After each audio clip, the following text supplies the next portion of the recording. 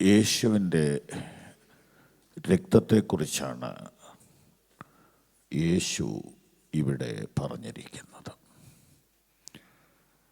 ഇത് സഹതാപത്തിൻ്റെ രക്തം അല്ല,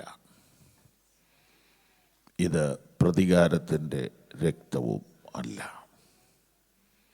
ഇത് പരാജയത്തിൻ്റെ രക്തവും അല്ല, ഇത് നിയമത്തിൻ്റെ രക്തമാണ്. ഈ ബ്ലഡ്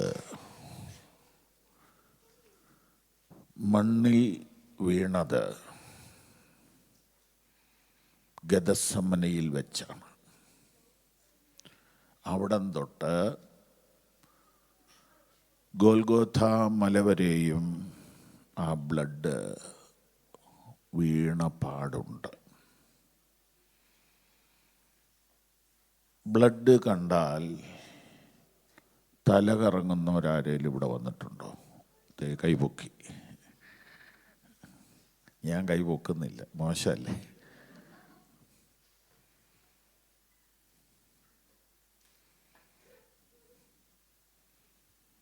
ബ്ലഡ് കാണുമ്പം നമുക്ക് എന്തോ ഒരു ഫീലിംഗ് ഉണ്ട്.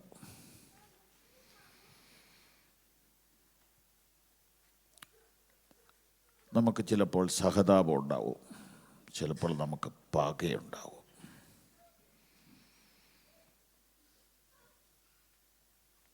കേരളത്തിലെ ചില രക്തച്ചൊരിച്ചിലുകൾ അതിൻ്റെ വാർത്ത വായിക്കുമ്പോൾ എന്തോ ഒരു പക മനസ്സിലേക്ക് വരുന്നു. അതും ഒരു വികാരമാണ്.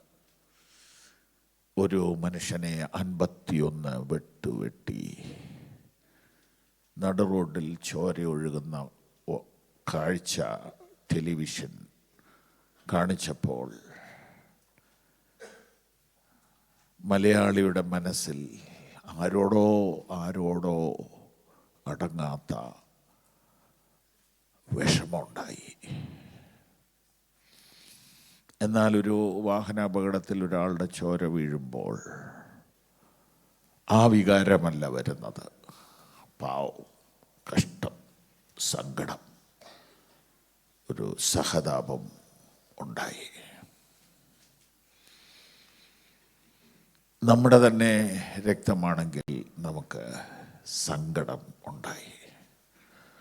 അപ്പോൾ പ്രതികാരത്തിൻ്റെയും സഹതാപത്തിൻ്റെയും സങ്കടത്തിൻ്റെയും രക്തച്ചൊരിച്ചിൽ ഉണ്ട്.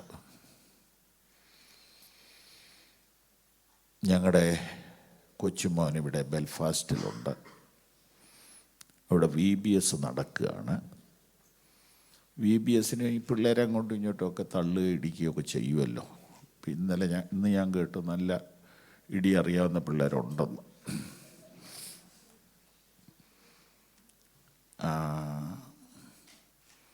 നമ്മുടെ ഞങ്ങളുടെ കൊച്ച് വീട്ടിൽ വന്ന് ബാത്റൂമിൽ കുളിക്കുമ്പോഴാണ് പുള്ളിക്ക്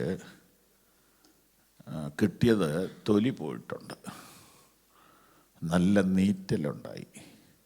അവൻ ഇറങ്ങി വന്നിട്ട് അപ്പനോട് പറഞ്ഞു, അവൻ രക്തം ചൊരിഞ്ഞു അല്ലേ. ഇന്നത്തെ VBSൽ അതിന് ആദ്യ പരിഹാരം ഉണ്ടാക്കും, പ്രതികാരം ചെയ്തിട്ടുള്ളതെന്ന് പറഞ്ഞു. രക്തം പ്രതികാരത്തിനായി പ്രേരിപ്പിക്കുന്നു. രക്തം സങ്കടമുളവാക്കുന്നു. രക്തം സഹതാപം ഉണ്ടാക്കുന്നു. എന്നാൽ ആദ്യമായിട്ടാണ് ഒരു നിയമം എസ്റ്റാബ്ലിഷ് ചെയ്യുന്നത്.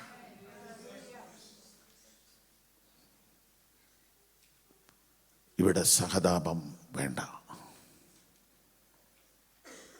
വേണ്ടെന്ന് ഞാൻ പറയുന്നില്ല, അതുണ്ടാവും. കാൽവറിയെ ധ്യാനിക്കുമ്പോൾ കണ്ണ് നിറയും. ഈ പാട്ട് ഇപ്പോൾ പാടിയ പാട്ട് ജനിച്ചത് മത്തിക്കര IPCയിൽ ഞായറാഴ്ച രാവിലെ 11 മണിക്ക് എൻ്റെ പ്രസംഗത്തിൻ്റെ സമയം അടുക്കുമ്പോൾ എനിക്കങ്ങ് ടെൻഷൻ തുടങ്ങി. ഞാൻ അതുപോലെ ബോഡി വീക്കായിട്ടാണ് ആ മീറ്റിങ്ങിന് പോയത്. അതെല്ലാം ഇപ്പം വിവരിക്കാൻ എനിക്ക് കഴിവില്ല. ഞാനന്ന് എന്തൊക്കെയോ കർത്താവിനോട് പരാതി പറഞ്ഞു. അപ്പോൾ കർത്താവ് എന്നോട് ഇടപെട്ടു. നിന്റെ യോഗ്യത കൊണ്ടല്ല, നീ ഇപ്പം മത്തിക്കര IPC ഇരിക്കുന്നത്, നിന്റെ ക്വാളിഫിക്കേഷനോ നിന്റെ കുടുംബ മഹിമയോ നിന്റെ വിശുദ്ധ ജീവിതമോ നിന്റെ പ്രാർത്ഥനാ ജീവിതമോ ഒന്നുമല്ല. അതിൻ്റെ രഹസ്യം എന്നാ നീ ഭൂമി വെച്ച് അറിയത്തുമില്ല. ഇതിൻ്റെ പേരാണ് ഗ്രേസ്. ഇതിൻ്റെ പേരാണ് ഗ്രേസ്. ആമേൻ. ഒരു യോഗ്യതയും പറയാനില്ല. ആമേൻ. ഗെത്സമനയിലെ അതിവേദനയും എന്നെ ഓർത്ത് സഹിച്ചുവല്ലോ. ഇത് ഒരു നിയമത്തിൻ്റെ രക്തമാണ്. ഈ നിയമത്തിൽ എന്തെല്ലാം സാധ്യതകളുണ്ട്. ഈ നിയമത്തിൽ എന്തെല്ലാം സാധ്യതകളുണ്ട്. ഒരു രാഷ്ട്രത്തിൽ നിയമങ്ങളെ പാസാക്കുന്ന സഭയാണ് നിയമസഭ. അത് സ്റ്റേറ്റിലും ജനറലിലുമൊക്കെ ഉണ്ട്. രാജ്യത്തിലെ മുഴുവൻ പൗരന്മാരെയും പ്രതിനിധീകരിച്ചുള്ള ആളുകളാണ് അവിടെ വന്നിരിക്കുന്നത്. അപ്പം ജനാധിപത്യമാണ്. എല്ലാവരും കൂടി ഡിസ്കസ് ചെയ്തിട്ട് ഒരു നിയമം പാസാക്കി പ്രസിഡൻ്റ് ഒപ്പിട്ട് അത് പ്രാബല്യത്തിൽ വന്നാൽ അതിൻ്റെ ഗുണവും ദോഷവും അനുഭവിക്കേണ്ടവർ അനുഭവിക്കണം. പ്രാബല്യത്തിൽ വന്നാൽ അത് പിന്നെ അഴിക്കാനൊക്കത്തില്ല. അതിന് ഭയങ്കര പവറാണ്. സ്തോത്രം. ഓരോരോ പ്രസിഡൻ്റുമാർ മാറി വരുമ്പോൾ ഓരോ നിയമങ്ങൾ മാറുന്നു, അത് പ്രവാസികളെ ബാധിക്കുന്നു. ഇങ്ങനെയൊക്കെ നമ്മൾ വായിക്കാറുണ്ടല്ലോ. ഇവിടെ ഇതാ നിയമത്തിൻ്റെ രക്തം. ഗെത്സമനയിൽ ആ രക്തം വീണു. അപ്പോൾ യേശു പ്രാർത്ഥിക്കുകയായിരുന്നു. ഡോക്ടർ ലൂക്ക് മാത്രം അതിങ്ങനെ എഴുതി. അവൻ്റെ വിയർപ്പ് തുള്ളികൾ നിലത്ത് വീണത് വലിയ ചോരത്തുള്ളികളായിട്ടാണ്. ലൂക്കോസിൻ്റെ സുവിശേഷം ശ്രദ്ധിച്ചാൽ അദ്ദേഹം ഒരു ഡോക്ടറുടെ നിരീക്ഷണത്തിലാണ് എഴുതുന്നത്. കൈ വരണ്ടൊരു മനുഷ്യനെന്ന് 3 സുവിശേഷകരും എഴുതിയപ്പോൾ ലൂക്കോസ് എഴുതി വലത് കൈ വരണ്ടൊരു മനുഷ്യൻ. അപ്പം ലൂക്കോസ് അവനെ ഇൻ്റർവ്യൂ ചെയ്ത് കാണും. ഏത് കൈയായിരുന്നു വരേണ്ടത്? അവൻ പറഞ്ഞ് ഈ കൈ. ഉണ്ടോ, ഇടത്തെ കൈ വരണ്ടാലും കുഴപ്പമില്ലായിരുന്നു, വലത്തെ കൈ വരണ്ടാൽ വലിയ ബുദ്ധിമുട്ടാണ്. അപ്പം ഇങ്ങനെ നിരീക്ഷണ പാടവത്തോടു കൂടി എഴുതുന്നയാൾ കർത്താവിൻ്റെ വിയർപ്പ് ചോരത്തുള്ളി പോലെ വീഴുന്നത് നോട്ട് ചെയ്തു. അവിടെ മുതൽ ആ രക്തം ഇങ്ങനെ വീണ് ഒടുവിലത്തെ തുള്ളി വീഴുന്നത് പടയാളി ഒരു കുന്തം കൊണ്ട് കുത്തുമ്പോഴാണ്. പിന്നെ വെള്ളവും വന്നു. ഇനി ഒരു തുള്ളി രക്തം പോലും ഇല്ലെന്ന് ആ ബോഡി സാക്ഷ്യപ്പെടുത്തി. ഇത് ഒരു നിയമം പ്രാബല്യത്തിൽ വരികയായിരുന്നു. സുവിശേഷത്തിൻ്റെ ബാലപാഠം നമ്മൾ അറിഞ്ഞിരിക്കണം. കർത്താവ് ഭൂമിയിൽ വന്നത് വെള്ളം വീഞ്ഞാക്കാൻ അല്ല. കർത്താവ് ഭൂമിയിൽ വന്നത് പക്ഷപാതക്കാരനെ സൗഖ്യമാക്കാനും അല്ല, കുഷ്ഠരോഗിയെ ശുദ്ധനാക്കാനും അല്ല. ക്രിസ്തുയേശു പാപികളെ രക്ഷിപ്പാൻ ലോകത്തിൽ വന്നു. എന്നെ നിങ്ങളൊന്ന് ശ്രദ്ധിക്കണം. യേശു വെള്ളം വീഞ്ഞാക്കിയപ്പോൾ യേശുവിന് അധികം കഷ്ടപ്പാട് വന്നിട്ടില്ല. ഇച്ചിരൂടെ ഓപ്പണായിട്ട് വ്യക്തമായിട്ട് പറഞ്ഞാൽ, കാനായിലെ കല്യാണ വീട്ടിൽ എല്ലാവരും വിയർത്തു. ഈ ടെൻഷൻ, പക്ഷെ യേശു മാത്രം വേർത്തില്ല. യേശുവിനോട് ഇത് പറഞ്ഞപ്പോൾ യേശു പറഞ്ഞു, സമയമായിട്ടില്ല. കൂളായിട്ട്. എന്നിട്ട് കർത്താവ് ഇരുന്നിടത്തിരുന്നുകൊണ്ട് പറഞ്ഞു, ആ കൽപാത്രത്തിൽ വെള്ളം നിറയ്ക്കുക. നിറച്ചു. എന്നിട്ട് കർത്താവ് അങ്ങോട്ട് ചെന്നിട്ട് നമ്മളൊക്കെ പ്രാർത്ഥിക്കുന്ന പോലെ നല്ല ശക്തിയോടെ ഇടിച്ചൊരു പ്രാർത്ഥനയൊന്നും പ്രാർത്ഥിച്ചില്ല. ഇപ്പോൾ കൊരി വിരുന്ന് വഴിക്ക് കൊടുത്തോളാം. കനാല കല്യാണ വീട്ടിൽ യേശു പ്രാർത്ഥിച്ചതായിട്ട് എനിക്ക് തോന്നുന്നില്ല. ഒന്നും ചെയ്തില്ല, കൊരി കൊടുത്തോളാൻ പറഞ്ഞു. അപ്പോൾ കർത്താവ് ഒന്നും തന്നെ എഫർട്ട് എടുക്കാതെ പച്ചവെള്ളം വീഞ്ഞായി. സ്തോത്രം. കർത്താവ് ഒന്നും എഫർട്ട് എടുക്കാതെ ശവമഞ്ചത്തിനകത്തിരുന്ന ബാല്യക്കാരൻ എഴുന്നേറ്റു. കർത്താവ് ഒന്നും എഫർട്ട് എടുക്കാതെ ഈ കട്ടിലേൽ ഇങ്ങനെ ചുമന്നുകൊണ്ട് വരുന്ന കിടപ്പ് രോഗിയോട്, ഡെഡ് ബോഡി പോലെ കിടക്കുക, മുഖത്തേക്ക് നോക്കിട്ട്, നിന്റെ പാപം മോചിച്ചിരിക്കുന്നു, എഴുന്നേക്കാൻ പറഞ്ഞു. കിടക്കി എടുത്തോണ്ടവൻ പോയി. ഒരു കൊച്ചു കാര്യം ദൈവസഭയെ ഓർപ്പിക്കുകയാണ്, കർത്താവ് ഇതിനൊന്നും കഷ്ടപ്പെട്ടിട്ടില്ല. ഇപ്പം എന്താ നമ്മൾ ധ്യാനിക്കാൻ പോണെന്ന് നിങ്ങൾക്ക് മനസ്സിലായി. കർത്താവ് കഷ്ടപ്പെട്ട ഒറ്റ കാര്യമേ ഉള്ളൂ, അത് കാൽവറിയ. അങ്ങനെയാണെങ്കിൽ എവിടെയായിരിക്കണം നമ്മുടെ ശ്രദ്ധ? ഏതിലായിരിക്കണം നമ്മുടെ മനസ്സ്? കർത്താവ് തൻ്റെ ക്രൂശുമരണത്തെക്കുറിച്ച് 4 പ്രാവശ്യം വ്യക്തമായിട്ട് സുവിശേഷങ്ങളിൽ പറയുന്നുണ്ട്. 5 പ്രാവശ്യമുണ്ട്, 4 പ്രാവശ്യം വ്യക്തമായിട്ടുണ്ട്. അത് ഇതാണ്, ഇങ്ങനെയാണ് പറയുന്നത്: മനുഷ്യപുത്രൻ യെരൂശലേമിലേക്ക് പോകുമ്പോൾ പാപികളുടെ കയ്യിൽ അകപ്പെടും. അവർ അവനെ പരിഹസിച്ച്, തുപ്പി, തല്ലി, മുറിവേൽപ്പിച്ച് ക്രൂശിക്കും. 3-ാം ദിവസം ഉയർത്തെഴുന്നേൽക്കും. 1 പറഞ്ഞു, 2 പറഞ്ഞു, 3 പറഞ്ഞു, പക്ഷേ ഇവർക്ക് മനസ്സിലായില്ല. കാരണം അതവർ പ്രതീക്ഷിക്കുന്നില്ല. അതില്ലാത്ത ഒരു യേശുവിനെയാണ് അവരും ആഗ്രഹിച്ചത്. എല്ലാവരും ആഗ്രഹിച്ചത് അതാണ്. പക്ഷെ കർത്താവ് വന്നത് ക്രൂശിക്കപ്പെടാനാണ്. കർത്താവ് അതിനെക്കുറിച്ച് പറഞ്ഞ ഭാഗങ്ങൾ ഞാൻ നിങ്ങളെ കാണിക്കാം.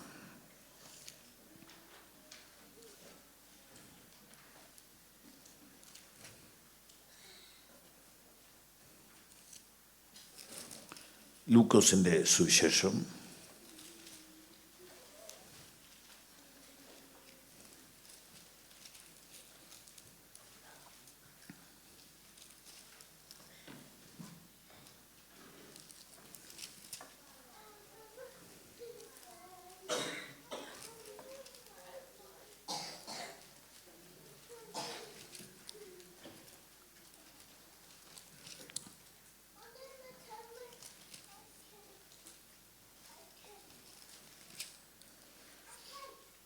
12, 13, 14 ഈ അധ്യായങ്ങളെല്ലാം നിങ്ങൾ വായിച്ചു വരുമ്പോൾ കർത്താവ് ഇങ്ങനെ ഉറപ്പിച്ച് പറയുകയാണ്: മനുഷ്യപുത്രൻ പാപികളുടെ കയ്യിൽ അകപ്പെടും, അവർ അവനെ ഉപദ്രവിക്കും, അവൻ കൊല്ലപ്പെടും. അവിടെ ഇങ്ങനെ നാം വായിക്കുകയാണ്: എങ്കിലും ആ തിരുവെഴുത്ത് അവർ ഗ്രഹിച്ചില്ല. ഗ്രഹിക്കാൻ മേലാത്ത കാര്യമൊന്നും യേശു പറഞ്ഞില്ല. പക്ഷേ ആ ക്രൂശിനോടുള്ള ഭയം, ബുദ്ധിമുട്ടാണ് അവരെ അത് മനസ്സിലാകുന്നതിൽ നിന്ന് തടഞ്ഞത്. ഈ രാവിലെ എനിക്ക് ദൈവസഭയോട് പറയാനുള്ള ഒന്നാമത്തെ ദൂത്: നമുക്ക് വലുത് ക്രൂശിക്കപ്പെട്ട ക്രിസ്തുവാണ്. അവൻ അത്ഭുതങ്ങൾ ചെയ്തിട്ടുണ്ട്, അവൻ ഇന്നും ചെയ്യും. പക്ഷെ അതിൽ നമ്മുടെ ശ്രദ്ധ കുടുങ്ങിപ്പോകരുത്. ക്രൂശിക്കപ്പെട്ട ക്രിസ്തുവിനെ അല്ലാതെ ഒന്നും അറിയാത്തവനായി നിങ്ങളുടെ ഇടയിൽ ഇരിപ്പാൻ ഞാൻ ആഗ്രഹിച്ചു. എനിക്കോ നമ്മുടെ കർത്താവായ യേശുവിൻ്റെ ക്രൂശിലല്ലാതെ പ്രശംസിപ്പാൻ ഇടവരരുതേ. സ്തോത്രം. അതുകൊണ്ട് ഇന്ന് സഭായോഗത്തിലിരിക്കുമ്പോൾ തിരുമേശയും കൂടെ ഉള്ള ദിവസമായതുകൊണ്ട് ക്രൂശിൻ്റെ അനിവാര്യത, ക്രൂശിൻ്റെ ഇമ്പോർട്ടൻസ് നിങ്ങളെ ഓർപ്പിക്കുവാൻ ഞാൻ നിർബന്ധിതനാകുകയാണ്. എബ്രായ ലേഖനം ഇങ്ങനെ പറയുന്നു, സകലത്തിനും ലാക്കും സകലത്തിനും കാരണഭൂതനുമായവൻ അനേകം പുത്രന്മാരെ തേജസ്സിലേക്ക് നയിക്കുമ്പോൾ അവരുടെ രക്ഷാനായകനെ കഷ്ടാനുഭവങ്ങളാൽ തികഞ്ഞവനാക്കുന്നത് യുക്തമായിരുന്നു. ക്രൂശ് ഒഴിവാക്കാൻ പറ്റത്തില്ല. ക്രൂശ് അനിവാര്യമാണ്. അത് മുന്നമേ പ്ലാൻ ചെയ്തതാണ്. അതിൻ്റെ പൂർത്തീകരണം യേശുവിൻ്റെ രക്തം ചൊരിയുന്നതിലൂടെയാണ്.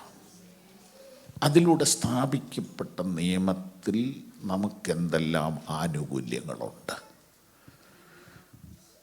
അതാണല്ലോ ഇവിടെ ഇത്രയും നേരം നടന്ന ആരാധനയുടെ കണ്ടന്റ് തന്നെ.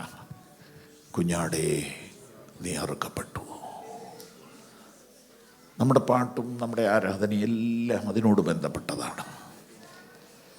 അങ്ങനെ വരുമ്പോൾ നമുക്കിതിലൂടെ ലഭിക്കുന്ന ആനുകൂല്യം എന്താണ്? സ്തോത്രം.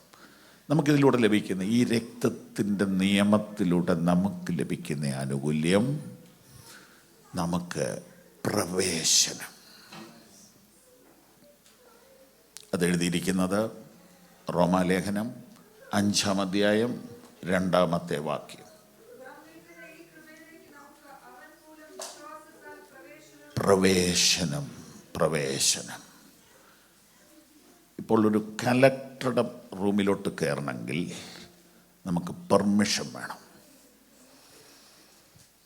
ഉന്നത ഉദ്യോഗസ്ഥന്മാരുടെയൊക്കെ മുറിയിലോട്ട് പോകണമെങ്കിൽ നമുക്ക് അതിനുള്ള അനുവാദം കിട്ടണം. മന്ത്രിമാരെ കാണണമെങ്കിൽ അതിനേക്കാളും പ്രയാസമാണ്. ഇപ്പോൾ ഒരു പ്രധാനപ്പെട്ട ആളുടെ അടുത്തേക്ക് പോകണമെങ്കിൽ അതിന് നമുക്ക് അതിൻ്റേതായ നിയമങ്ങളുണ്ട്. എന്നാൽ യേശുവിൻ്റെ ക്രൂശ് മരണത്തിന് ശേഷം നമുക്ക് കൃപാസനം വരെ കയറി വരാൻ വാതിൽ തുറന്നിരിക്കുന്നു. പ്രവേശനം. ഈ പ്രവേശനത്തിന് മറ്റൊരർത്ഥമുണ്ട്.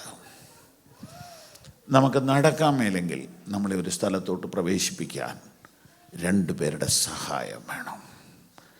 ഇതെല്ലാം റോമലേഖനത്തിൽ പറയുന്നുണ്ട്. നാം ബലഹീനരായിരിക്കുമ്പോൾ, നാം അഭക്തരായിരിക്കുമ്പോൾ, നാം ശത്രുക്കളായിരിക്കുമ്പോൾ നമുക്ക് പ്രവേശനം തന്നു. ആകയാൽ പ്രിയപ്പെട്ടവരെ, നമ്മളിപ്പോൾ ഇവിടെ വന്നിരിക്കുന്നു. ഇതുപോലെ നാളെ സ്വർഗത്തിൽ കർത്താവിൻ്റെ സന്നിധിയിലിരിക്കും. അവിടെ ചെല്ലുമ്പോൾ നമ്മൾ ഇന്ന് പാടുന്ന പാട്ടുകളല്ല പാടുന്നത്, ഇന്ന് പാടുന്ന സാക്ഷിയൊന്നും അല്ല പറയുന്നത്. ഒറ്റ കാര്യമേ ഉള്ളൂ, കുഞ്ഞാടേ നീ അറുക്കപ്പെട്ടു, നിന്റെ രക്തം കൊണ്ട് ഞങ്ങളെ വിലയ്ക്ക് വാങ്ങി. ഞങ്ങളുടെ ദൈവത്തിന് ഞങ്ങളെ രാജാക്കന്മാരും പുരോഹിതന്മാരും ആക്കി തീർത്തു. അതെ, നമുക്ക് ദൈവസന്നിധിയിലേക്ക് പ്രവേശനം ലഭിച്ചു.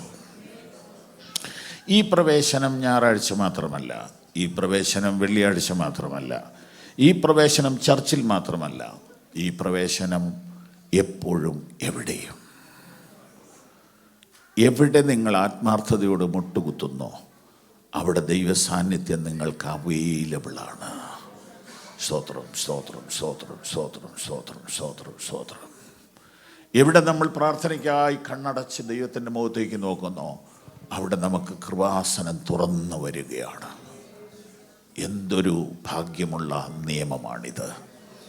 പ്രവേശനം, അതാണ് ഈ രക്തത്തിൽ നമുക്ക് ലഭിച്ച ഒന്നാമത്തെ ആനുകൂല്യം. രണ്ടാമത്തെ ആനുകൂല്യം നിരുപാധികമായ ക്ഷമ. നിരുപാധികമായ ക്ഷമ. അങ്ങനെ ക്ഷമിക്കാൻ ആർക്കും പറ്റത്തില്ല. നിരുപാധികമായ ക്ഷമ. ഞാൻ ഉദാഹരണം പറയാം. ഈ ധൂർത്തുപുത്രൻ മടങ്ങി വരുമ്പോൾ അവൻ്റെ മനസ്സ് പറയുന്നത് അപ്പൻ എന്നെ അടിക്കാൻ സാധ്യതയുണ്ട്.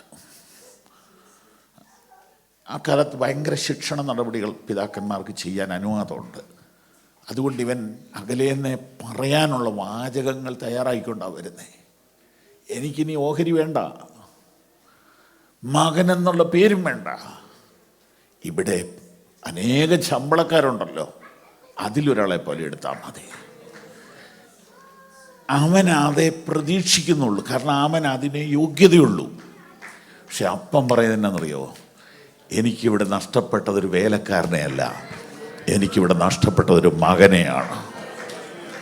അപ്പൻ ഉറക്കെ വിളിച്ചു പറയുക, ഈ എൻ്റെ മകൻ മരിച്ചവനായിരുന്നു, വീണ്ടും ജീവിച്ചിരിക്കുന്നു, കാണാതെ പോയിരുന്നു, കണ്ടുകിട്ടിയിരിക്കുന്നു.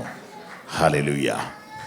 ഞാൻ ആ ഭാഗം ധ്യാനിച്ചപ്പോൾ അവൻ പറയാമെന്നതൊന്നും പറയിപ്പിച്ചില്ല, കെട്ടിപ്പിടിച്ചു. ഞെക്കിങ്ങനെ പിടിച്ചപ്പോൾ അവന് പേടിയാ മനസ്സിൽ. അവൻ്റെ പേടി മാറ്റാൻ വേണ്ടി പറയുക, ഇവനെൻ്റെ മകനാ, അവൻ മരിച്ചവനായിരുന്നു, ഇതാ വീണ്ടും ജീവിച്ചിരിക്കുന്നു. അവൻ കുറ്റക്കാരനാണെന്നല്ല, അവൻ തല്ലിപ്പൊള്ളിയാന്നല്ല, അവൻ വൃത്തികെട്ടവനാന്നല്ല, അവൻ മരിച്ചതാ. ഒരാൾ മരിച്ചത് അയാളുടെ കുറ്റമല്ലല്ലോ. ഒരാൾ മരിച്ചത് അയാളുടെ കുറ്റമാണോ എന്ന് പറഞ്ഞാൽ കർത്താവിൻ്റെ ഒരു നേച്ചർ അതാണ്. നമ്മുടെ അഭിമാനവും കൂടെ കർത്താവ് സംരക്ഷിക്കുക. നമ്മൾ തല ഉയർത്തി ദൈവസന്നിധിയിൽ നിൽക്കണമെന്ന് കർത്താവ് ആഗ്രഹിക്കുന്നു. കുറ്റം ക്ഷമിക്കപ്പെട്ടവനായിട്ടല്ല, കുറ്റം ചെയ്യാത്തവനായിട്ട് അംഗീകരിക്കുക. Hallelujah, hallelujah, hallelujah. നിരുപാധികമായ ക്ഷമയാണ് ഈ നിയമത്തിലൂടെ നമുക്ക് ലഭിക്കുന്നത്. മൂന്നാമത്തെ കാര്യം, നമുക്ക് നഷ്ടപ്പെട്ടതെല്ലാം പുനഃസ്ഥാപിക്കുകയാണ് ഈ നിയമത്തിലൂടെ. മുടിയും പുത്രൻ്റെ അപ്പം പറയുകയാണ്, മേത്തരമായ അങ്കി കൊണ്ടൊന്ന് ഇവനെ ധരിപ്പിപ്പീൻ, ഇവൻ്റെ കൈക്ക് മോതിരിടിവിപ്പീൻ, ഇവൻ്റെ കാലിന് ചെരുപ്പിടിവിപ്പീൻ. ഇതിനൊക്കെ അർത്ഥമുണ്ട്. പരദേശികൾ ചെരുപ്പിടാറില്ല. ഇവൻ ഇനിയും പരദേശിയാണെന്ന് ആരും വിളിക്കരുത്, അവൻ്റെ കാലിന് ചെരുപ്പിട്. ഫറവോൻ മോതിരം ഒരു ജോസഫിനിട്ട് കൊടുത്തു, അവകാശത്തെ കാണിക്കുന്നു. ഇവൻ അടിമയല്ല, ഇവൻ അവകാശിയാണ്. ഈ രക്തം നമുക്ക് നഷ്ടപ്പെട്ടതെല്ലാം പുനഃസ്ഥാപിക്കുകയാണ്. ഈ നിയമത്തിലൂടെ നിങ്ങൾക്ക് ഒത്തിരി ഒത്തിരി ആനുകൂല്യങ്ങൾ ലഭിച്ചു കഴിഞ്ഞിരിക്കുന്നു. Hallelujah, hallelujah, hallelujah. അതുകൊണ്ട് ഒരു ദിവസം മുഴുവനും കാൽവറിയെ ധ്യാനിച്ച് പാടി ആരാധിച്ച് പോയാൽ എന്നാ കുഴപ്പം? ഒരു കുഴപ്പമില്ല. എന്നാൽ നമുക്ക് ചില രീതികളൊക്കെ ഉണ്ട്, അത് പെട്ടെന്ന് അങ്ങോട്ട് മാറ്റാൻ പോയാൽ ചിലപ്പോൾ ചിലർക്ക് വിഷമമുണ്ടാവും. ഞങ്ങളുടെ ചർച്ചയിൽ വല്ലപ്പോൾ ഇടയ്ക്കൊക്കെ സങ്കീർത്തനം വായിക്കാതിരിക്കും, ആരും അറിയത്തില്ല. പക്ഷേ വളരെ പ്രായമുള്ള 1-2 പേര് എൻ്റെ വൈഫിനോട് ചോദിക്കും, സങ്കീർത്തനം വായിക്കാൻ മറന്നുപോയതാണ്. അല്ല, അപ്പം നമ്മൾ എന്തോ പ്രതീക്ഷിക്കുന്നുണ്ട്, ഇത്ര മണിക്കുന്നത്, ഇത്ര മണിക്കുന്നത്, ഇത്ര മണിക്കുന്നത്. പരിശുദ്ധാത്മാവിൻ്റെ സാന്നിധ്യത്തിൽ ചടങ്ങുകൾക്ക് യാതൊരു പ്രസക്തിയുമില്ല, ചടങ്ങുകൾക്ക് യാതൊരു പ്രസക്തിയുമില്ല.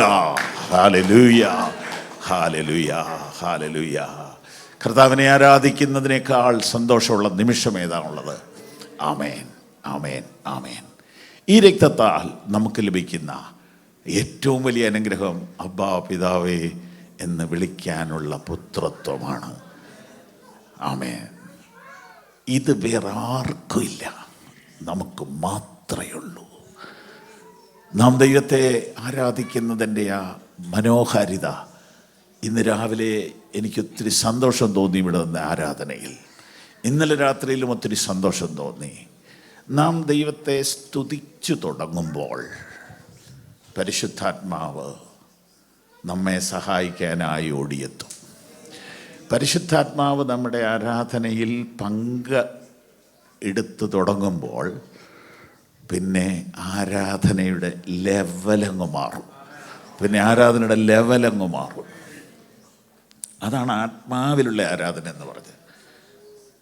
പക്ഷേ അതിലോട്ട് പല ചർച്ചുകളും വരുന്നില്ല. പേടിച്ച് നിൽക്കുക, ഒരു ലെവലിൽ കൂടുതൽ വിട്ടുകൊടുക്കത്തില്ല. വാസ്തവത്തിൽ നമുക്ക് ഈ രക്തനിമിത്തം ലഭിച്ച ഏറ്റവും വലിയ അനുഗ്രഹം ദൂതന്മാർക്ക് ലഭിക്കാത്ത, പഴയ നിയമക്കാർക്ക് ലഭിക്കാത്ത ആരാധനാ സ്വാതന്ത്ര്യമാണ് യേശുവിൻ്റെ രക്തത്താൽ നമുക്ക് ലഭിച്ചത്. Hallelujah, hallelujah, hallelujah. ഇന്ന് ഈ സഭായോഗത്തിലിരിക്കുന്ന യൗവനക്കാരെ, സഹോദരിമാരെ, സഹോദരന്മാരെ, നിങ്ങൾ ഒരു ലെവലും കൂടെ ആത്മനിറവിലേക്ക് വരണമെന്ന് ഞാൻ നിങ്ങളെ നിർബന്ധിക്കുന്നു. അതിന് നിങ്ങൾ ദാഹത്തോടെ പ്രാർത്ഥിക്കണം, എല്ലാ ദിവസവും പ്രാർത്ഥിക്കണം. അപ്പം നമ്മുടെ ആ കഴിവും ബുദ്ധിയും ജ്ഞാനവും ഒക്കെ കഴിഞ്ഞ് അപ്പുറത്ത് കടന്ന് പരിശുദ്ധാത്മാവ് നമ്മുടെ ആരാധനയെ ഏറ്റെടുക്കും. ഒന്ന് വായിച്ചു നോക്കിയേ, 1 കൊരിന്ത്യർ 14:14.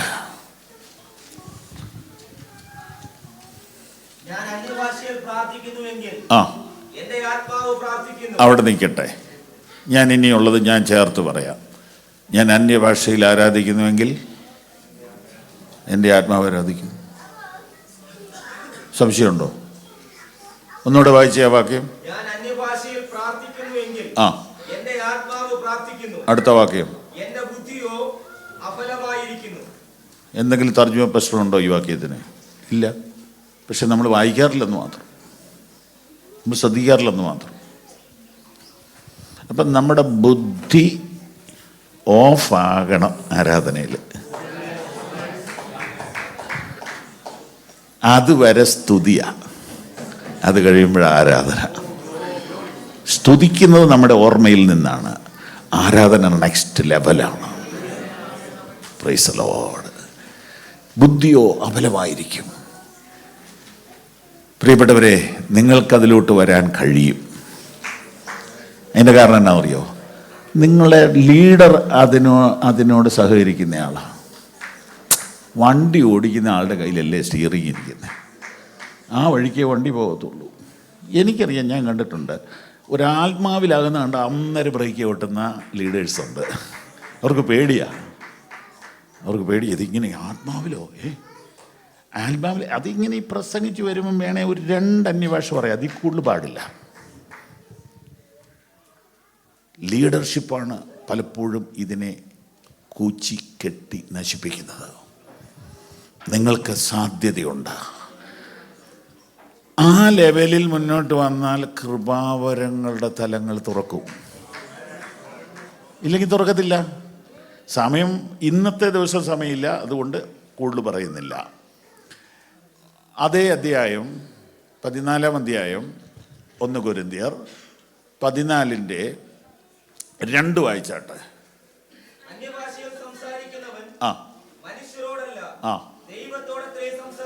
സംസാരിക്കുക എന്ന് പറഞ്ഞാൽ ദൈവത്തോട് നമുക്കിപ്പോൾ വർത്താനം പോലും പറയാനുണ്ടോ?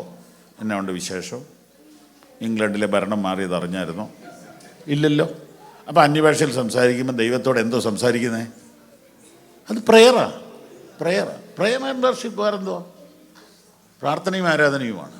മനുഷ്യരോടല്ല ദൈവത്തോടത്ര സംസാരിക്കുന്നത്. അടുത്ത വാക്യം. ആരും തിരിച്ചറിയണ്ട. ഞാൻ ഇന്നലെ രാത്രി ബ്ലസൻ്റെ അവിടെയായിരുന്നേ. ഇവർ രണ്ടുപേരും വർത്താനം പറയുമ്പോൾ ഹിന്ദിയിലാണ്. അവരുടെ പേഴ്സണൽ കാര്യങ്ങൾ, പേഴ്സണലൊന്നും അല്ല, അവർ ഹിന്ദിയിലാണ് പറയുന്നത്. നമുക്ക് വല്ലതും പിടികിട്ടുമോ? തമാശ കേട്ടോ മോനെ, പിടികിട്ടുണ്ടെന്ന് ഓർത്തിട്ടാ. Praise the lord. ഇതുപോലെ നീയും ദൈവമായിട്ടുള്ള ആ ലവ് അഫെയർ വേറൊരുത്തനും പിടികിട്ടണ്ട. അതിനാ ഇത് തന്നത്. നിനക്ക് ദൈവത്തോട് മാത്രം മിണ്ടാനുള്ള ഒരു കോഡാണ്. അതിൻ്റെ ലിപിയെക്കുറിച്ച് ചിന്തിക്കേണ്ട, അതിൻ്റെ ലാംഗ്വേജിനെ കുറിച്ച് ചിന്തിക്കേണ്ട. തെളിവെന്നാണെന്നറിയാവോ? ദാനിയേൽ 11 നോക്കണം. ഭിത്തിയിലൊരു എഴുത്ത് വന്നു, മെനെ തെക്കേൽ ഉഫർസി. ഇത് തർജ്ജിമ ചെയ്യാൻ പറ്റത്തില്ല. ദാനിയേൽ തർജ്ജിമയല്ല ചെയ്തത്, വ്യാഖ്യാനിക്കുകയാണ് ചെയ്തത്. എഴുതിയപ്പോൾ 3 വാക്ക്, പറഞ്ഞപ്പോഴോ ഏതാണ്ട് ഒരു പാരഗ്രാഫുണ്ട്.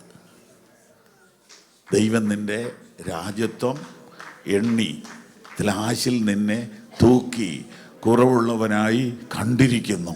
കണ്ടോ? അതിൻ്റെ പവർ കണ്ടോ? വ്യാഖ്യാനിക്കാൻ വരമുള്ളവൻ വന്നപ്പോൾ അവിടെ ഇരുന്ന വമ്പന്മാരുടെ അരയുടെ ഏപ്പിളകി. മർമ്മം മനസ്സിലാവുന്നുണ്ടോ? നിങ്ങൾ ആത്മാവിൽ ആരാധിച്ചു തുടങ്ങുമ്പോൾ ഇവിടെ വാഴുന്ന വാഴ്ചകളുടെ അരയുടെ ഏപ്പ് ഇളകും. അന്ധകാര ശക്തികളുടെ മുഴുവൻ സ്വാധീനവും അഴിഞ്ഞുപോകും.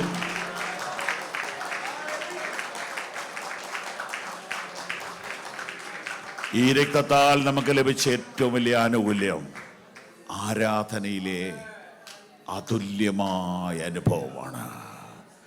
അതുകൊണ്ട് ഞാൻ ദൈവസഭയെ പ്രബോധിപ്പിക്കുന്നു, പരിശുദ്ധാത്മാവിലുള്ള ആരാധനയിൽ, പരിശുദ്ധാത്മ നിറവിലുള്ള ആരാധനയിൽ, പരിശുദ്ധാത്മ നിറവിലുള്ള ജീവിതത്തിൽ, പരിശുദ്ധാത്മ നിറവിലുള്ള ശുശ്രൂഷയിൽ ഒരു പടി കൂടെ മുന്നോട്ട് കയറുവാൻ ദൈവസഭയെ ഞാൻ പ്രബോധിപ്പിക്കുന്നു. ഈ നിയമത്തിൽ നമുക്ക് സാധ്യമായ മറ്റൊന്ന് നമ്മളെ ഒന്നാക്കി തീർത്തു. എഫേസ്യ ലേഖനത്തിൽ അത് കൃത്യമായി എഴുതിയിരിക്കുന്നു. 2-ാം അധ്യായത്തിൽ നമ്മെ ഒന്നാക്കി തീർത്തു എന്ന് പറഞ്ഞാൽ മതമില്ല, ജാതിയില്ല, നിറമില്ല, ഭാഷയില്ല, നമ്മെ ഒന്നാക്കി തീർക്കുന്നു.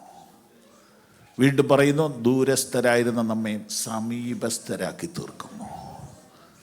ഹാബേലിൻ്റെ രക്തം പ്രതികാരത്തിനായി വിളിക്കുമ്പോൾ യേശുവിൻ്റെ രക്തം ഗുണകരമായി സംസാരിക്കുന്നു.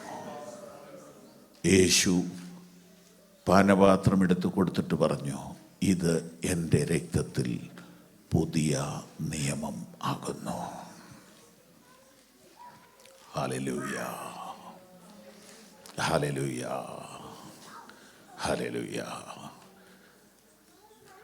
യേശു ക്രിസ്തു ക്രൂശിൽ മരിച്ച് ഉയർത്തെഴുന്നേറ്റ് സ്വർഗത്തിൽ ചെന്നിട്ട് ആദ്യം ചെയ്ത കാര്യം എന്നാന്ന് ശ്രദ്ധിച്ചിട്ടുണ്ടോ?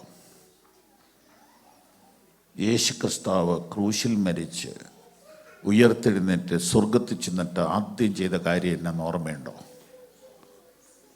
ഒന്ന് വായിച്ചു നോക്കി. അപ്പോസ്തല പ്രവൃത്തികൾ 2-ാം അധ്യായം 32-ാം വാക്യം.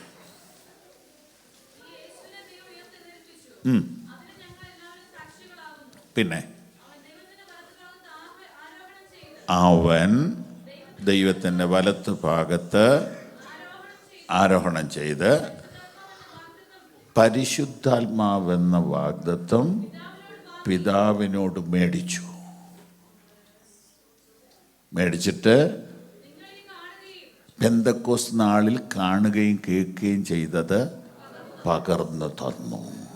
ഇപ്പം യേശുവിൻ്റെ ക്രൂശീകരണത്തിൻ്റെ ബെനിഫിറ്റ് എന്നാന്ന് എന്നോട് ചോദിച്ചാൽ ഞാൻ പറയും, നമുക്ക് പരിശുദ്ധാത്മാവിനെ തന്നു. ഈ അപ്പോസ്തല പ്രവൃത്തി കാണുന്ന ആ അനുഭവം ഉണ്ടല്ലോ, 2-ാം അധ്യായം മുതൽ കാണുന്ന അനുഭവം, അത് ഓൾഡ് ടെസ്റ്റ്മെൻറ്റിൽ ആർക്കും കിട്ടിയിട്ടില്ല. ഏലിയാവിന് കിട്ടിയിട്ടില്ല, മോശയ്ക്ക് കിട്ടിയിട്ടില്ല, അബ്രഹാമിന് കിട്ടിയിട്ടില്ല. അവരൊക്കെ നമ്മളെക്കാൾ ഒത്തിരി ശ്രേഷ്ഠരാണ് പല കാരണങ്ങളാൽ. പക്ഷെ അവർക്കൊന്നും കിട്ടാത്തതാണ് പെന്തക്കോസ്ത് എക്സ്പീരിയൻസ്. പെന്തക്കോസ്ത് ഒരു സഭയല്ല, പെന്തക്കോസ്ത് ഒരു സംഘടനയല്ല, അതൊരു എക്സ്പീരിയൻസാണ്. ഇപ്പം അമേരിക്കയിൽ നടന്ന PCNAC മീറ്റിംഗ് ഈ ആഴ്ച ഇന്ന് തീരുക. അവിടെ ചർച്ച് ഓഫ് ഗോഡിൻ്റെ എനിക്ക് തോന്നുന്നു ലോകത്തിലെ ടോപ്പ് ലീഡർ പ്രസംഗിക്കുന്നു. ഇതാ വിഷയം. പെന്തക്കോസ്ത് അനുഭവം ഒരു തലമുറ കൊണ്ട് നിന്നു പോകാൻ നാം അനുവദിക്കരുത്. പെന്തക്കോസ്ത് അനുഭവം ഈ ഒരു തലമുറ കൊണ്ട് നിന്നു പോകാൻ നാം അനുവദിക്കരുത്. അതെ, നിന്നു പോയിക്കൊണ്ടേയിരിക്കുകയാണ്. പല സഭകളിലും നിന്നു പോയി, ഒരു പേരിന് മാത്രം ഉണ്ടെന്നേ ഉള്ളൂ. അതുകൊണ്ട് ഞാൻ നിങ്ങളോട് പാദം പിടിച്ചപേക്ഷിക്കുന്നു, നമ്മുടെ യുവാക്കൾ, നമ്മുടെ യുവതികൾ, നമ്മുടെ സഹോദരി സഹോദരന്മാർ പരിശുദ്ധാത്മാവിൽ നിറയുവാൻ നിങ്ങൾ വളരെ പ്രാർത്ഥിക്കണം. അതിനായിട്ട് നമ്മെ തന്നെ വിട്ടുകൊടുക്കണം. ആത്മനിറവ് എന്ന് പറയുന്നത് കേവലം അന്യഭാഷയല്ല, കേവലം ശാരീരിക പ്രകടനങ്ങൾ അല്ല. പക്ഷെ അതൊക്കെ അതിനകത്തുണ്ട്. അതിലും അപ്പുറത്താണ്. ആത്മനിറവിൻ ജീവിതം എന്ന് പറഞ്ഞാൽ ശരിയായ അർത്ഥം സ്പിരിറ്റ് കൺട്രോൾഡ് ലൈഫ് എന്നാണ്. സ്പിരിറ്റ് കൺട്രോൾഡ് ലൈഫ് എന്ന് പറഞ്ഞാൽ നമ്മെ നിയന്ത്രിക്കുന്നത് നമ്മുടെ കൈയല്ല, കാലല്ല, തലയല്ല, നമ്മുടെ ചിന്തയാണ്.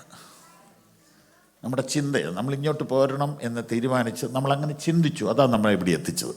നമ്മുടെ ആ ചിന്ത നേരെ കയ്യിലേക്കും കാലിലേക്കും ഒക്കെ വന്ന് നമ്മളിവിടെ എത്തി. സ്പിരിറ്റ് കൺട്രോൾഡ് ലൈഫ് എന്ന് പറഞ്ഞാൽ അന്യഭാഷയെക്കാളും വലുതാണ്, കൈകൊട്ടുന്നതിനേക്കാളും വലുതാണ്. അതെന്താണെന്നറിയാമോ? നമ്മുടെ ചിന്താമണ്ഡലത്തെ പരിശുദ്ധാത്മാവ് കൺട്രോൾ ചെയ്യുക, നമ്മളെ കംപ്ലീറ്റ് ആത്മാവ് നിയന്ത്രിക്കുക. എങ്ങോട്ട് പോകണം, എന്ത് ചെയ്യണം, എന്ത് ചെയ്യരുത്, എന്ത് പറയണം, എന്ത് പറയരുത്, എന്ത് സ്വീകരിക്കണം, എന്ത് സ്വീകരിക്കരുത്, ഇങ്ങനെ നമ്മളെ ആത്മാവിൽ നയിക്കുന്നതാണ് യഥാർത്ഥത്തിൽ ആത്മനിറവിൻ ജീവിതം. ഞാൻ ഈ ചർച്ചിലെ യുവാക്കളോട് പറയുന്നു, നിങ്ങൾ അന്യഭാഷ കൊണ്ട് നിർത്തരുത്. അതിൽ തുടർന്നാൽ നിങ്ങളുടെ ലൈഫിനെ പരിശുദ്ധാത്മാവ് നിയന്ത്രിക്കുന്നതായിട്ട് നിങ്ങൾക്ക് കാണാം. അതാണ് യഥാർത്ഥത്തിൽ ആത്മനിറവിൻ ജീവിതം, സ്പിരിറ്റ് കൺട്രോൾഡ് ലൈഫ്. ഇതാണ് ഈ നിയമത്തിൻ്റെ ഏറ്റവും വലിയ സാധ്യത. ക്രിസ്തു ക്രൂശിൽ മരിച്ച് സ്വർഗത്തിൽ ചെന്നിട്ട് ആദ്യം ചെയ്തത് പരിശുദ്ധാത്മാവിനെ വാങ്ങിത്തരികയായിരുന്നു. സ്തോത്രം. ഇന്നിവിടെ വന്നിരിക്കുന്ന സഹോദരി സഹോദരന്മാരെ, ഒരു ചോദ്യം: നിങ്ങൾ ആത്മനിറവിൻ ജീവിതം അനുഭവിക്കുന്നുണ്ടോ? ഒന്ന് കണ്ണടച്ച്. നമ്മുടെ ശരീരം, നമ്മുടെ ശക്തി കൊണ്ട്, നമ്മുടെ ബുദ്ധി കൊണ്ടും അല്ലാതെ നമ്മളിലേക്ക് ആത്മശക്തി വ്യാപരിച്ചിട്ടുള്ള ഒരു ആരാധന, അങ്ങനെയുള്ളൊരു ജീവിതം, അങ്ങനെയുള്ളൊരു പ്രവർത്തനം, അതിനുവേണ്ടി നമുക്കൊന്നുകൂടി ഒന്ന് ഏൽപ്പിച്ചു കൊടുക്കാം. എനിക്ക് നിങ്ങളോട് പറയാൻ, ഏത് വഴിക്ക് പോയാലും ഇതേ പറയാനുള്ളൂ, ഏത് വചനം എടുത്താലും ഇതേ പറയാനുള്ളൂ. ഇന്നത്തെ കുട്ടികൾ വഴിതെറ്റിപ്പോകുന്നതിൽ എല്ലാവർക്കും സങ്കടമുണ്ട്. അതിനെങ്ങനെ തിരിച്ചു കൊണ്ടുവരാം? പ്രസംഗിച്ച് തിരിച്ചു കൊണ്ടുവരാൻ പറ്റുമോ? ഉപദേശിച്ച് തിരിച്ചു കൊണ്ടുവരാൻ പറ്റുമോ? ഇല്ല. അവരുടെ മേൽ ആത്മശക്തി വന്നാൽ അവർക്ക് ഭയങ്കര മാറ്റം ഉണ്ടാവും. അവർ പാപത്തെ വെറുക്കും, അവർ വചനത്തെ സ്നേഹിക്കും, അവർ കർത്താവിനോടുള്ള സ്നേഹം വർദ്ധിക്കും, സുവിശേഷം അറിയിക്കാൻ വലിയ പ്രേരണ അവർക്കുണ്ടാകും. അതുകൊണ്ട് ഇന്ന് പകലിൽ അടുത്ത ഒരു 2-3 മിനിറ്റ് ഒന്ന് പ്രാർത്ഥിച്ചേ. ഈ രക്തത്തിൻ്റെ, ഈ നിയമത്തിൻ്റെ, പുതിയ നിയമത്തിൻ്റെ ഏറ്റവും വലിയ ആനുകൂല്യം പെന്തക്കോസ്ത് എക്സ്പീരിയൻസ് ആണ്. സ്തോത്രം, സ്തോത്രം, സ്തോത്രം. ഒന്ന് പ്രാർത്ഥിച്ചേ. കർത്താവേ, അവിടുത്തെ ആത്മാവിനാൽ എന്നെ നിറയ്ക്കണമേ, എനിക്കൊരു ആത്മനിയന്ത്രിത ജീവിതം തരണേ എന്നൊന്ന് പ്രാർത്ഥിച്ചേ. Hallelujah, hallelujah. ഇപ്പോൾ തന്നെ ദൈവത്തിൻ്റെ ആത്മാവ് ഈ ആലയത്തിലേക്ക് അതിശക്തിയോടെ ഇറങ്ങി വരട്ടെ. ഇവിടെ ഇരിക്കുന്ന യൗവനക്കാരെ മുഴുവനും ആത്മാവ് കൺട്രോൾ ചെയ്യട്ടെ. ഇവിടെ ഇരിക്കുന്ന സഹോദരിമാരുടെ മേൽ ആത്മാവിൻ്റെ വലിയ പ്രവാഹമുണ്ടാകട്ടെ. നിങ്ങൾ ഇതുവരെ സംസാരിച്ചിട്ടില്ലാത്ത പുതുഭാഷകളിൽ സംസാരിപ്പാൻ ദൈവം കൃപ ചെയ്യട്ടെ. ഇവിടെ ഇരിക്കുന്ന അഭിഷിക്തന്മാരെ ദൈവം ആത്മാവിൻ്റെ ശക്തിക്ക് വിധേയമാക്കട്ടെ. Hallelujah, hallelujah, hallelujah, hallelujah, hallelujah, hallelujah, hallelujah, hallelujah, hallelujah, hallelujah, hallelujah, hallelujah, hallelujah. നിങ്ങളെല്ലാവരും ആത്മാവിൽ നിറയാൻ വേണ്ടി പ്രാർത്ഥിച്ചാട്ടെ. ഇതാരുടെയും കുത്തകയല്ല, ഇതെല്ലാവർക്കും ഉള്ളതാണ്. നിങ്ങൾക്ക് ഈ വിഷയത്തിൽ എന്തെങ്കിലും സംശയം ഉണ്ടെങ്കിൽ ഞാൻ ഉള്ളപ്പോൾ വ്യക്തിപരമായി ചോദിച്ചാൽ ഞാൻ വിശദീകരിക്കാം. ഫോണിൽ കൂടെ പറ്റത്തില്ല, എത്ര സമയം വേണമെങ്കിലും എടുത്ത് വിശദീകരിക്കാം. എന്നാൽ അതുകൊണ്ടൊന്നും തീരത്തില്ല. നിങ്ങൾ ആത്മാവിനെ പ്രാപിച്ചാലേ സംശയം മാറത്തുള്ളൂ. നിങ്ങളുടെ മേൽ ആത്മാവിൻ്റെ എക്സ്പീരിയൻസ്, അനുഭവം വന്നാലേ സംശയം മാറത്തുള്ളൂ. പെന്തക്കോസ് എക്സ്പീരിയൻസ് ഒരാൾക്ക് ലഭിച്ച പോലെയല്ല വേറൊരാൾക്ക്. ഇതിനെ ഒരു അതിര് വെച്ച് ചട്ടക്കൂടിനകത്തൊന്നും ആക്കാൻ ഒക്കുകയില്ല. വ്യത്യസ്തമായ നിലയിൽ ആത്മാവ് വ്യക്തികളിൽ പ്രവർത്തിക്കുന്നു. വാ തുറന്ന് ദൈവത്തെ സ്തുതിച്ചാട്ടെ. അന്യഭാഷ ലഭിച്ചവർ അന്യഭാഷയിൽ അല്പനേരം ആരാധിച്ചാട്ടെ.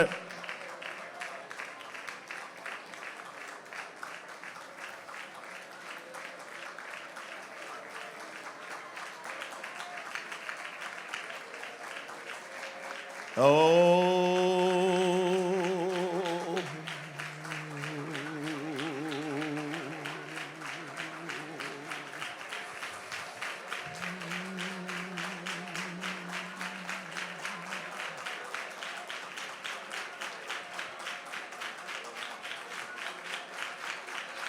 ഹല്ലേലൂയ.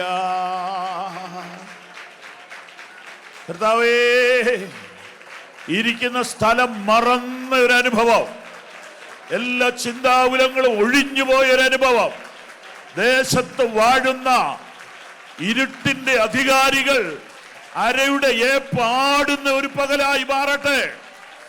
ആത്മലോകത്തിൽ സഭയ്ക്കൊരു ജയമുണ്ടാകട്ടെ. ആത്മലോകത്തിൽ സഭയ്ക്കൊരു ജയമുണ്ടാകട്ടെ. നിങ്ങൾ ഭൂമിയിൽ കെട്ടുന്നത് സ്വർഗത്തിൽ കെട്ടപ്പെട്ടിരിക്കും. നിങ്ങൾ ഭൂമിയിൽ അഴിക്കുന്നത് സ്വർഗത്തിൽ അഴിയും. യേശുവിൻ നാമത്തിൽ. പരിശുദ്ധാത്മാവേ, അവിടുത്തെ മുഴു ശക്തിയോടെ, മുഴു ആധിപത്യത്തോടെ മഹനീയം ചർച്ചിനെ നിറയ്ക്കുവാൻ ഞാൻ പ്രാർത്ഥിക്കുന്നു.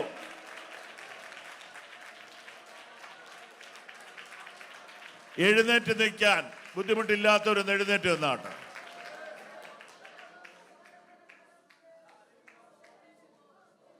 എനിക്ക് ദൈവം തന്ന ബോധ്യം വെച്ച് ഞാൻ പറയുന്നു, ഞാനൊരു 5-8 കൊല്ലമായിട്ട് കർത്താവിൻ്റെ പ്രത്യേക ഒരു ഇടപെടൽ നിമിത്തം ഹോളി സ്പിരിറ്റിനെ കുറിച്ച് കൂടുതൽ പഠിക്കാനും ധ്യാനിക്കാനും പ്രസംഗിക്കാനും തുടങ്ങി. കോവിഡ് കാലത്തെടുത്ത എനിക്ക് തോന്നിയൊരു 62 ക്ലാസ്സുകൾ യൂട്യൂബിൽ കിടപ്പുണ്ടെന്നാണ് തോന്നുന്നത്. പിന്നീട് ഒരു പുസ്തകം ഇറങ്ങി, അത് തീർന്നു. അതിൻ്റെ 2ാമത്തെ എഡിഷൻ, ആ ബുക്കല്ല മറ്റൊരു എഡിഷൻ ഇറങ്ങിക്കാൻ അതിൻ്റെ പണി തീർന്നുകൊണ്ടിരിക്കുകയാണ്. നമ്മൾ വളരെ കുറച്ചേ ഈ കാര്യം മനസ്സിലാക്കിയിട്ടുള്ളൂ. അപ്പോസ്തല പ്രവൃത്തികളൊന്ന് ഓടിച്ച് നോക്കി. ഇനിയാണെങ്കിലും സകലവും കൺട്രോൾ ചെയ്ത് ഹോളി സ്പിരിറ്റാണ്. പൗലോസിനെയും ശീലാസിനെയും പിടിച്ച് ജയിലിലിട്ടു. ജയിലിലിട്ടപ്പോൾ അവർക്കൊന്നും അറിയത്തില്ല പരിശുദ്ധാത്മാവ് എങ്ങനെയൊക്കെ പ്രവർത്തിക്കുമെന്ന്. കാരണം നമ്മൾ ഇന്ന് അതൊക്കെ പറഞ്ഞ് പാടുന്നുണ്ട്. അവരെന്തോ മനസ്സിലാക്കി, പരിശുദ്ധാത്മാവ് അങ്ങനെ പ്രവർത്തിക്കുമോ? അങ്ങനെയൊന്നും പ്രവർത്തിക്കുകയില്ല. പരിശുദ്ധാത്മാവ് പ്രവർത്തിക്കണമെങ്കിൽ കീബോർഡ് വേണം, ഡ്രം വേണം, ഒത്തിരി ആൾ വേണം. ഒന്നുമില്ല, അവർക്കിതൊന്നും അറിയത്തില്ല. അവർ പരിശുദ്ധാത്മാവിന് വേണ്ടിയോ അല്ലത് ചെയ്തത്. അവർക്ക് വേറൊന്നും ചെയ്യാനില്ലാത്തത് കൊണ്ട് അവർ പ്രാർത്ഥിച്ചു, പാടി, ദൈവത്തെ സ്തുതിച്ചു. ലൂക്കോസ് പറയുന്നു അതൊരു ഭൂകമ്പമായിരുന്നു. പെട്ടെന്നൊരു ഭൂകമ്പം ഉണ്ടായി. പക്ഷെ ഭൂകമ്പമായിരുന്നെങ്കിൽ ആരെങ്കിലും മരിച്ചേനെ. ഭൂകമ്പമല്ല. അപ്പം നിങ്ങൾ മനസ്സിലാക്കണം, ഇതിനെക്കുറിച്ച് പഠിക്കുന്നവരോട് ചോദിക്കണം. ഭൂകമ്പം രേഖപ്പെടുത്തുന്ന ഒരു സ്കെയിലുണ്ട്, റിക്ടർ സ്കെയിൽ. ഫിലിപ്പയിലുണ്ടായ ഭൂകമ്പം എത്ര റിക്ടർ സ്കെയിൽ കാണും? ഒരു കാര്യം മനസ്സിലാക്കണം, നമ്മൾ വിചാരിക്കുന്നതിനേക്കാളൊക്കെ ഹെവി പവറാണ് ആത്മശക്തി. അത്യന്ത ശക്തി എന്ന് പൗലോസ് പറയുന്നില്ലേ? ഇത് നീ അനുഭവിക്കണ്ടേ കൂടപ്പുറപ്പേ? അത് അനുഭവിക്കണ്ടേ? അതില്ലാതെ കുറെ ബൈബിൾ ക്ലാസ് എടുത്തത് കൊണ്ട് മാത്രം തൃപ്തനാകല്ലേ പ്ലീസ്. ഒത്തിരി പ്രസംഗം കേട്ടത് കൊണ്ട് മാത്രം തൃപ്തനാകരുത്. Paul was a man of holy spirit. Paul was a man of holy spirit power. അവൻ പ്രാർത്ഥിച്ചു, അവൻ പാടി, അവൻ സ്തുതിച്ചു. പെട്ടെന്ന് പവർ അവിടെ ഇറങ്ങി വന്നു. ഹെവി പവർ ഇറങ്ങി വന്നു. നിങ്ങൾക്കറിയാമോ, ഇരുമ്പ് ചങ്ങല മുറിഞ്ഞുപോയി. ഇരുമ്പ് ചങ്ങല മുറിഞ്ഞുപോയി. അങ്ങനെ ഒരു പവർ ഇന്ന് ഇവിടെ ഇറങ്ങിയാൽ നിങ്ങൾ അറിയാത്ത ചില ചങ്ങലകൾ മുറിഞ്ഞു പോകും. അദൃശ്യമായ ചില വിടുതലുകൾ ഇന്ന് പകലിൽ സഭയ്ക്കകത്ത് നടക്കും.